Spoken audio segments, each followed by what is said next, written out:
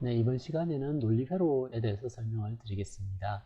논리식에서 어떤 디지털 신호는 어떤 숫자로 표시가 되는데요. 이런 숫자는 몇 bit의 정보를 가지고 있냐에 따라서 표현할 수 있는 가지수가 정해지게 됩니다. 지금 같은 경우에 여기에 0에서 5까지 6bit짜리 bit을 가지고 어떤 숫자들을 표시하는 걸 보여주고 있습니다. 그래서 비트 수가 늘어날수록 표현할 수 있는 경우의 수가 커지게 됩니다. 그렇지만 개별 bit을 살펴봤을 때는 0 아니면 1 혹은 low 아니면 high, true or false 두 가지 스테이트 중에 하나만 표시할 수가 있습니다. 개별 bit으로 봤을 때는요. 그러면 실제적으로 실제 0이나 1이나 이런 값들을 물리적으로 어떻게 표현하는가를 보면 굉장히 다양한 경우의 수를 가지고 있습니다. 그래서 그 중에 이 수업에서 사용하는 방법은 볼티지 레벨을 이용한 로직을 주로 사용할 예정입니다. 그래서 볼티지가 어떤 기준보다 커지게 되면 high, 어떤 기준보다 작아지면 low라고 표현을 하게 됩니다. 그 아래쪽에 보면 이제 스태틱 로직 시그널 중에 이제 인버터의 동작을 보여주고 있는데, 어떤 로직 게이트의 동작 상태를 표시하는 방법은 크게 진리표를 이용하는 방법이 있고, 이처럼 타이밍 다이그램을 이용하는 방법이 있어요. 이제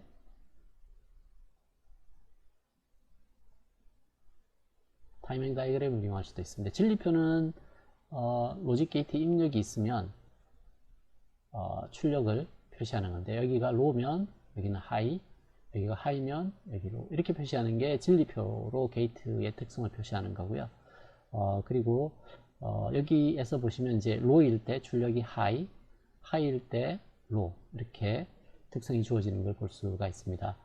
이런 입출력 사이에 스태틱한, 다시 말해서 low일 때 high로 가고 high일 때 low로 가는 이런 게이트를 표시하는 특성을 저희들이 스태틱 특성이라고 합니다. 그런 스태틱 특성을 규정하는 파라미터는 그 게이트들에서 이 네 가지가 있습니다. 어떤 인버터가 있으면 입력과 출력 사이의 전달 특성이, 입력이 low일 때는, 여기가 low인 경우에는 출력이 high로 나옵니다. 그리고 입력이 high로 가게 되면, 여기 입력이죠. 입력이 high로 가게 되면 출력은 low로 떨어지게 됩니다. 그래서 입력과 출력이 어떻게 반응하는지 전달 특성을 그려놓고 보면, 입력이 어떤 값보다 작아지면 input low라고 하는, 만약에 입력이 vi low보다 작아지면 출력은 vo high보다 크게 나옵니다. 그래서 vo high보다 크게 나옵니다. 그래서 이 관계를 나타내는 부분이 입력이 low일 때 출력이 high로 나오는 경우라고 생각하시면 됩니다. 그리고 두 번째, 그러니까 입력이 낮을 때는 여기에 해당하고요. 만약에 입력이 얘보다 커지면, 그 인풋 타입보다 커지게 되면, 인풋 타입보다 입력이 커지게 되면 출력은 아웃풋 로우보다 작게 나옵니다. 그 규정을 보여주는 게 여기서 이 특성이 됩니다. 그래서 여기에서 그 인풋 로우가 뭔지, 그리고 그때 아웃풋 하이가 뭔지가 이쪽 상태일 때 결정을 하고요. 그리고 인풋 하이가 입력보다 이게 커지게 되면 출력은 여기보다 작아집니다. 이 둘은 출력이 로인 상태를 나타내게 됩니다. 그래서 이 네 개 파라미터가 논리 게이트의 스태틱 특성, 이렇게 시간에 대해서 변하는 것 말고 특성 자체, 이렇게 로우나 하이 스테이트를 나타내는 특성 자체를 나타냅니다. 그러면 만약에 인풋이 인풋 로우보다 작거나 아웃풋 인풋 하이보다 크면 좋은데, 그 사이에 있게 되면 만약에 인풋이 이 사이에 있게 되면 어떻게 될까요? 여기는 실제로 undefined입니다.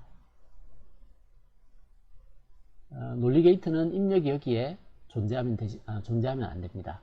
그 출력도 이 사이에 있으면 안 됩니다. 그래서 이 구간, 그러니까 입력이 인풋 로우보다 크고 인풋 하이보다 작은 구간, 그리고 아웃풋이 v 아웃풋 하이보다 작고 v 아웃풋 로우보다 큰 이 구간을 우리가 forbidden 영역, 이렇게 사용하지 않는 영역이라고 정의합니다. 그래서 이 바깥쪽 영역만 논리적으로 의미가 있습니다. 이 중간 구간, 트랜지션 구간은 정의할 수 없는 구간이 됩니다. 로직에서는요. 그래서 그렇게 주어지고요. 그걸 실제 게이트 가지고 어떻게 테스트하는지 한번 보겠습니다. 여기 인버터가 있고요. 여기에 어떤 입력을 가했습니다. 여기는 정연파를 가했는데요. DC가 0.9, 앰플리튜드가 0.9. 그래서 입력을 어떻게 가했냐면 0.9 플러스 0.9 플러스에 0.9 사인 오메가 t 뭐 이렇게 되어 있다고 보시면 됩니다. 그러면 이 입력 신호는 0에서부터 1.8까지를 왔다 갔다 합니다. 그랬을 때 출력이 어떻게 될 건지를 살펴보려고 합니다. 그래서 0.9를 기준으로 0.9 진폭을 가지고 있는 입력이 가해졌습니다. 이걸 제가 시뮬레이션을 해보겠습니다. 그러면 여기가 입력이고요. 입력이 0에서부터 여기 끝에가 1.8입니다. 1.8 사이를 업앤다운을 하고요. 그랬을 때 이런 정연파를 인버트 입력을 했을 때 출력은 이렇게 주어집니다. 그래서 여기 한번 볼게요. 제가 녹색으로 보이는 부분이 입력이고요. 여기 게이트 입장에서 보게 되면 여기 입력입니다. 그리고 파란색으로 보이는 게 출력입니다. 그래서 출력과 입력 사이의 전달 함수를 그리려면 여기를 입력 신호에 대해서 그리면 됩니다. 그래서 VA 이게 입력이죠. 입력에 대해서 그리게 되면 이런 특성 곡선이 나옵니다. 여기서 지금 A는 입력이니까 이건 입력이기 때문에 입력하고 입력을 그리게 되면 1대1로 그냥 나오겠죠. 그래서 여기를 제가 0에서 1.8까지 하고 여기도 0에서 1.8까지 하겠습니다. 바텀을 0으로 놓고요. 그러면 이 전달 커브가 여기서 보여주고 있는 이 커브입니다. 자, 이렇게 주어져 있을 때 어디를 입력 하이로 잡고 입력 로우로 잡고 어디를 입력 하이로 잡을 것이며 또 어디를 아웃풋 로우, 아웃풋 하이를 잡을 건가를 결정을 해야 됩니다. 그래서 그걸 잡을 때는 노이즈 노이즈 마진을 어떻게 설계하느냐를 가지고 설명을 드리려고 하는데요. 여기를 보시면 인버터가 있습니다. 앞쪽에 인버터는 출력을 내고 있어요. 빨간색으로. 그리고 뒤쪽에 인버터는 입력으로 그걸 받고 있습니다. 자, 여기에서 그 앞쪽에서 의미하던 입력에 대한 조건은 여기에 적용이 됩니다. 근데 출력에 대한 조건, 아웃풋 로우와 아웃풋 하이에 대한 조건이 있었죠. 여기에 대한 조건은 여기에 적용이 됩니다. 자, 이 둘을 가지고 한번 생각을 해 보겠습니다. 만약에 이 게이트가 하이를 내고 싶다고 하면 여기가 하이를 냈다고 하면 이 아웃풋은 얘보다는 크게 나옵니다. 그래서 이거 이상 출력을 내게 됩니다. 하이일 때는. 그리고 여기 입력은 이거 이상이 되면 입력으로 인식합니다. 어떤 이유에서든지 이게 나왔다가 이 라인에 손실이 생기든지 해서 전압이 떨어지거나 전압이 변했습니다. 그러면 이 정도의 마진을 가지고 있습니다. 그래서 입력 입장에서 봤을 때 이게 전압이 변해서 이 전압, 다시 말해서 인풋 하이 전압 레벨보다 밑으로 내려가지 않으면 정상적으로 동작하게 됩니다. 그래서 이 차이, 다시 말해서 아웃풋 하이에서 인풋 하이를 뺀 이 값을 우리가 노이즈 마진 하이라고 합니다. 하이 쪽에 있는 노이즈 마진이겠죠. 그리고 반대로 만약에 여기 게이트 출력이 로우를 출력해야 된다. 그러면 게이트 출력이 이거보다 낮게 나옵니다. 자, 그러면 이 전압이 있고 내가 로우로 인식하기 위해서는 게이트가 두 번째 게이트가 그걸 받아서 해석을 할 텐데 만약에 이 전압을 인풋 로우보다 낮게만 유지되면 잡음에 의해서 뭐 다른 전압이 추가된다 하더라도 이 전압 이하로 유지된다면 얘는 정상적으로 로우로 인식을 하게 됩니다. 그래서 오류가 안 일어나려면 요 마진보다 작은 잡음이 타면 됩니다. 그래서 여기 노이즈 마진 로우라고 되어 있는 부분은 V 인풋 로우에서 V 아웃풋 로우를 빼면 됩니다.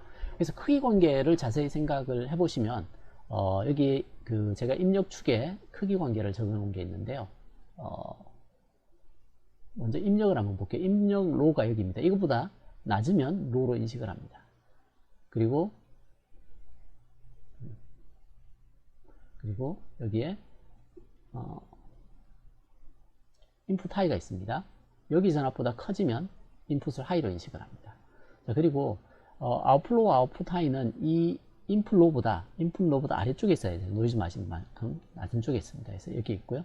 아웃풋 하이는 얘보다 높은 데 있어야 되겠죠. 그래서 제일 큰 게 아웃풋 하이고요. 그 다음에 인풋 하이, 그 다음에 인풋 로우, 제일 작은 게 아웃풋 로우. 그래서 크기 순서를 잘 기억을 해 두시기 바랍니다. 전압 크기를 봤을 때 아웃풋 하이가 제일 크고 인풋 하이가 그 다음이고 인풋 로우가 그 다음이고 아웃풋 로우가 제일 낮습니다. 그래서 인풋 로우와 아웃풋 로 사이의 차이를 노이즈 마진 로라고 했고요. 아웃풋 하이와 인풋 하이 사이 차이를 노이즈 마진 하이라고 합니다. 자, 그래서 게이트의 스태틱 특성인 이 네 가지 파라미터 아웃풋 하이, 아웃풋 로, 인풋 하이, 인풋 로가 각각 어떤 걸 의미하고 왜 이런 노이즈 마진이 정의되어 있는지 그리고 크기 순서는 어떻게 되는지를 숙지하시기 바랍니다. 자, 그리고 노이즈 마진이 가장 아이디어한 경우에는 어떤 경우냐면 저희들이 쓸 수 있는 전압의 한계가 VDD이기 때문에 노이즈 마진은 하이하고 로우가 같을 때가 제일 낫습니다. 그리고 노이즈 마진을 최대한 확보하려면 VDD의 절반 이렇게 딱 됐을 때가 가장 아이디어한 커브가 됩니다. 그러면 아웃풋 하이는 VDD, 아웃풋 로우는 제로, 인풋 하이하고 인풋 로우는 같아서 2분의 VDD가 되면 이때가 가장 아이디어할 때입니다. 2분의 VDD를 기준으로 작으면 하이, 크면 로 이렇게 되면 제일 낫겠죠. 그런 경우에 노이즈 마진이 2분의 VDD가 됩니다. 그 얘기를 여기서 하고 있습니다. 자, 그래서 저희들이 로직 게이트가 어떻게 동작을 해야 되는지 그리고 로직 게이트의 스태틱 특성 로직 게이트의 스태틱 특성에 대해서 저희들이 알아봤습니다. 두 번째는 그러면 그런 로직 게이트들을 실제 회로로 만들려면 어떻게 만들어야 될지를 봐야 되는데요. 그걸 설명드리기 위해서 스위치 모델을 도입을 해서 설명을 드리겠습니다. 풀다운 스위치 혹은 풀다운 스위치에 풀업 레지스터를 달아서 사용하는 경우인데요. 여기 보시면 입력에 대해서 입력이 V 인풋 하이보다 크면 스위치는 ON이 됩니다. 그리고 V 인풋이 V 인풋 로보다 작으면 스위치가 오프가 됩니다. 자, 여기가 입력이고 여기가 출력이에요. 그래서 입력이 만약에 인풋 로보다 작았다. 이 경우죠, 그죠? 스위치가 꺼져 있습니다. 이 경우가 V 인풋이 V 인풋 로보다 작은 경우입니다. 그러면 스위치가 꺼져 있습니다. 그런 경우에는 출력이 하이가 나오겠죠. 이렇게 나옵니다. 스위치 모델로 설명하면요. 두 번째로 만약에 V 인풋이 V 인풋 하이보다 크다. 그러면 스위치가 ON이 되어 있습니다. ON이 되면 스위치가 ON이 되었을 때 특성을 어떻게 모델할 거냐면요. 여기에 ON 저항을 달아놓고 여기에 스위치가 가지고 있는 옵셋 전압을 달아놨습니다. 그래서 이때 아웃풋은 이게 아웃풋 로우에 해당하는데요. 여기에 R 플러스 R 온분의 VDD 마이너스 V 옵셋 플러스 V 옵셋 이렇게 되겠죠. R1 플러스 옵셋 이렇게 되겠죠. 이렇게 주어집니다. 여기 전압이요. 지금 이 모델은 어떻게 되어 있냐면 아래쪽에 스위치가 있고 위에 풀업장을 달아놨습니다. 그래서 스위치가 꺼져 있으면 출력이 VDD에 붙고요. 스위치가 켜져 있으면 스위치의 특성에 의해서 볼티지 디바이드 룰이 적용이 됩니다. 그래서 볼티지 디바이드 룰을 가지고 출력 전압을 계산을 하면 이게 아웃풋 로가 되게 됩니다. 로일 때 값이고요. 여기가 아웃풋 하이일 때 값입니다. 그래서 스위치 모델을 가지고 설명을 드렸는데 스위치가 한 개 있는 스위치가 또 이제 다운 쪽에 있고 저항이 위에 붙어 있죠, 그죠? 풀다운 스위치와 풀업 스위치로 설명을 드렸는데 실험을 들으신 분은 이렇게 출력을 내는 걸 우리가 오픈 드레인 방식이라고 합니다. 오픈 드레인 방식. 그래서 오픈 드레인 방식으로 동작을 할 때는 풀업 저항을 필요로 합니다. 그래서 스위치 모델 중에 하나를 설명을 드렸고요. 만약에 스위치가 두 개 있는 경우, 그래서 풀업 쪽과 풀다운 쪽 스위치가 둘 다 있는 경우에는 아래처럼 설명을 할 수 있습니다. 여기도 마찬가지인데요. 근데 이 두 개 스위치가 업 스위치와 풀다운 스위치 두 개가 특성이 다른데요. 어떻게 되느냐 하면요. 만약에 인풋이 인풋 하이보다 크면 풀업 스위치는 오프가 되고요. 풀다운 스위치는 ON이 됩니다. 그리고 만약에 V 인풋 로보다 작으면 반대로 풀업 스위치가 ON이 되고요. 풀다운 스위치가 오프가 됩니다. 그래서 이런 특성을 만족하는 스위치 두 개를 서로 붙여놨습니다. 자, 그러면 첫 번째 케이스 만약에 V 인풋이 이 경우에는 얘가 꺼져 있고 위에가 켜져 있으니까요. 이렇게 됩니다. V 인풋 로보다 로보다 작아요. 이렇게 되면 위에 거는 켜져 있고요. 풀업 스위치는 ON, 풀다운 스위치는 OFF입니다. 그러면 ON 되었을 때 ON장, 스위치의 ON장을 R로 표시했습니다. 그러면 여기는 V 아웃풋 하이가 VDD로 나옵니다. 반대로 V 인풋이 V 인풋 하이보다 크면, 그러면 여기 풀다운 스위치가 ON이 되고요. 풀업 스위치가 OFF가 됩니다. 자, 그러면 V 아웃풋은 제로가 나오겠죠. V 아웃풋 로우죠, 그죠? 이렇게 주어지게 됩니다. 이걸 저희들이 컴플리먼터리 스위치인데요. 이 두 개 스위치를 한번 비교를 해보면요.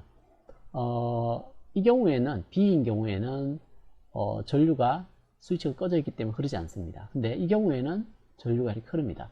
이때 전력 손실이 생겨납니다.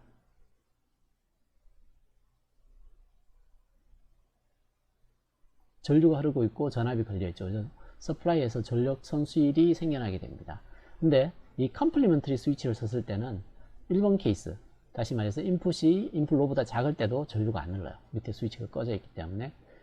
두 번째, VI가 V인풋 하이보다 큰 경우에도 위에 스위치가 꺼져 있기 때문에 전류 소모가 없습니다. 그래서 여기에는 스태틱 파워 디시페이션이 없습니다.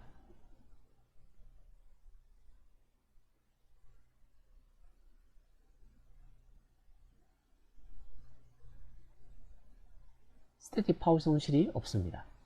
그래서 스위치 모델을 이용을 해서 로직 게이트를 어떻게 모델링 하는가를 살펴봤습니다. 그래서 컴플리먼터리 방식과 또 풀다운 스위치 방식에 대해서 알아봤습니다. 여기에는 이제 다이내믹 특성에 대해서 알아보려고 하는데요. 로직 게이트의 다이내믹 특성은 로직이 얼마나 빨리 반응하는가에 대한 내용입니다. 설명을 드리기 위해서 풀다운 스위치, 이 모델을 이용을 해서 설명을 드리겠습니다. 지금 입력이 여기 스위치를 컨트롤합니다. 그래서 입력이 이렇게 주어져 있어요. t 이꼴 0에서 스위치가 하이에서 로우로 떨어집니다. 자, t가 0보다 작을 때 한번 생각해 볼게요. t가 0보다 작을 때, 그때는 인풋이 하이입니다. 그래서 스위치가 켜져 있어요. 스위치가 켜져 있기 때문에 이게 켜져 있으면 출력이 아웃풋 로우를 냅니다. 이때가 V 아웃풋 로우일 때입니다. t가 0보다 작으면 아웃풋 로우 레벨의 출력을 내고 있습니다. 그래서 입력이 하이, 출력이 로우인 상태입니다. 자, 그 상태에 있습니다. 그래서 그 다음 순간 t가 0보다 커지게 되면 스위치가 로우로 가게 됩니다. 그래서 얘가 오프 상태로 가요. 여기가 꺼지게 되면, 그러면 여기가 원래는 로우였죠, 그죠? 이게 초기치가 V 아웃풋 로우입니다. 근데 그냥 RC 회로죠. 이게 끊어져 있으면 여기 없다고 생각하시면 됩니다. 없으면 RC 회로거든요. RC 회로는 지금 우리가 알고 있는 RC 회로는 처음에 초기 출발이 여기고요. 파이널 밸류가 결국 5V로 가게 되어 있습니다. V 아웃풋 호가 여기가 5V입니다. 자, 그래서 이렇게 증가를 하는 형태일 텐데요. 이렇게 생겨있는 함수에 저희들이 호모지니어스 솔루션이 이렇게 되고요. 파이널 밸류가 이렇게 되어 있습니다. 그래서 초기치만 맞추면 됩니다. 초기치는 t 이꼴 0를 넣게 되면 얘는 v 인피니티가 지금 5V예요. 그리고 마이너스에 델타 v가 초기치입니다. t 이꼴 0. 그래서 델타 v는 이 초기치가 지금 v 아웃풋 로우거든요. 이때가 실제로는 이걸 v 아웃풋 하이라고 적어놓죠. 여기를 v 아웃풋 하이입니다. 여기 파이널 밸류가 v 아웃풋 하이죠. 그래서 델타 v는 v 아웃풋 하이에서 v 아웃풋 로우를 뺀 값이 델타 v입니다. 그래서 여기가 델타 v 값으로 주어지기 때문에 결국은 전달함수 특성이 이렇게 변하는 걸 볼 수가 있습니다. 아웃풋 로우에서부터 잘못 적었습니다. 그래서 마이너스의 v 아웃풋 하이 마이너스의 v 아웃풋 로우의 exponential 마이너스 t of tau 이렇게 됩니다. 이 타우는 이 RC 타임 컨스탄트가 됩니다. 그래서 이렇게 주어질 텐데요. 이런 패턴을 한번 보시면 이제 이 프로파게이션 딜레이를 어떻게 정의하느냐 하면 여기서 여기까지 50%가 되는 지점, 로직이 딱 변하고 나서 50%가 변하는 시간까지를 우리가 프로파게이션 딜레이라고 합니다.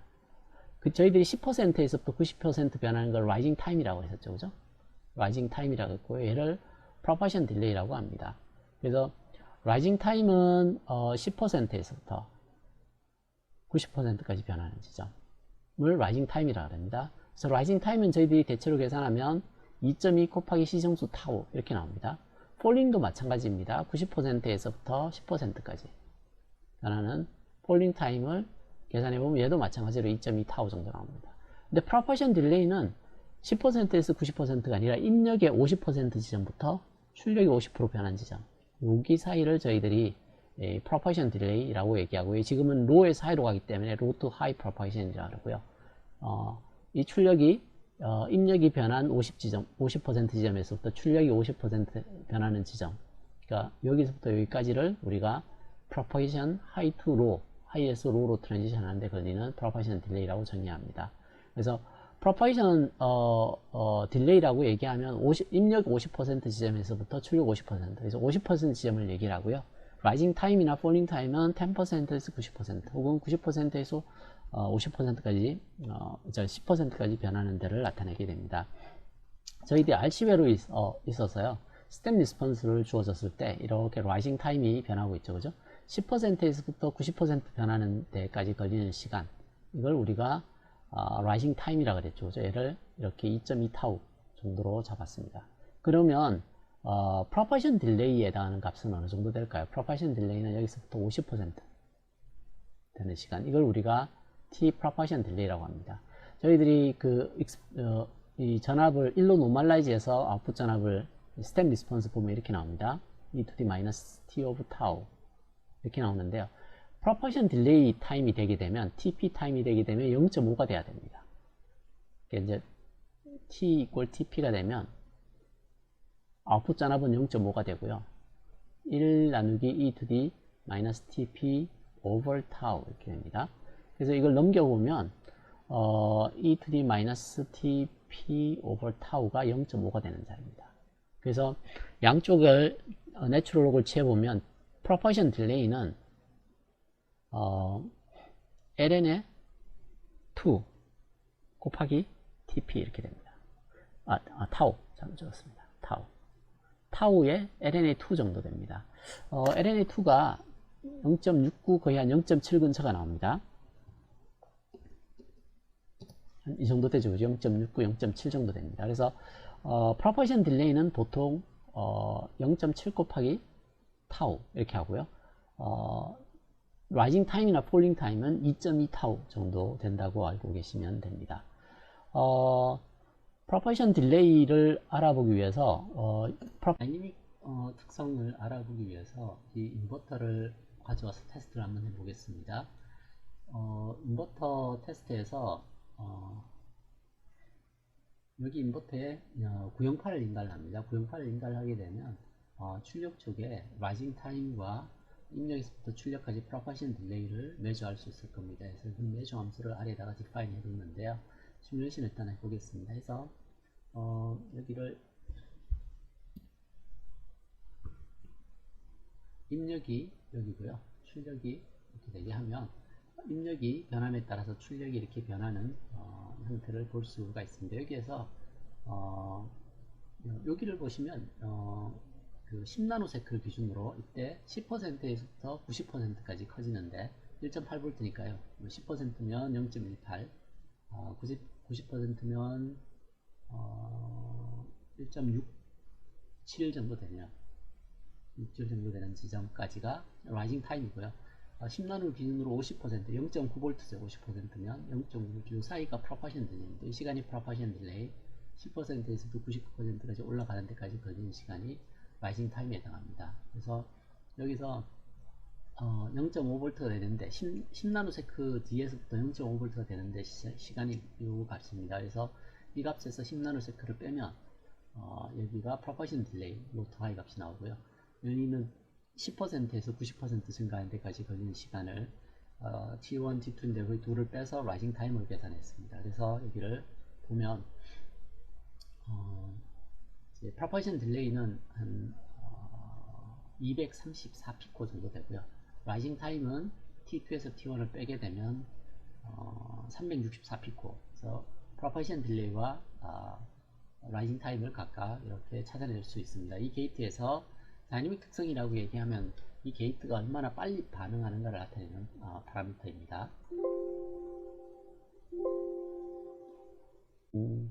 파워 디시페이션은 제가 말씀드렸듯이 스태틱 파워 디시페이션이 있다는 이야기는 이와 같은 경우입니다. 여기에 두 개가 VDD에서부터 그라운드 사이에 패스가 있어서 이 전력 소모가 있는 경우가 스태틱 파워 디시페이션이 있는 경우입니다. 스태틱 파워 디시페이션이 있는 경우에는 위에 스위치가 있고 저항이 있고요. 아래쪽에는 스위치가 켜져 있어서 이렇게 돼 있으면 여기 저항에서 VDD 쪽으로 전류가 이렇게 세게 됩니다. 그러면 R분의 VDD 스퀘어, 이게 전력 소모거든요. 근데 이제 로직이 이 스위치가 꺼져 있을 확률이 있고요. 여기가 켜져 있을 확률이 있습니다. 그 확률을 P라고 적어놨습니다.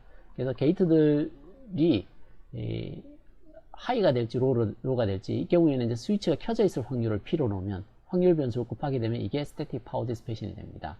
그리고 다이내믹 파워는 캐패시터가 소모하는 전력인데요. 저희들이 로직이 한번 하이에서 로로 이렇게 출력이 바뀌게 되면, 하이에서 로로 빠지게 되면 처음에 하이가 될 때 여기 전하를 공급을 합니다.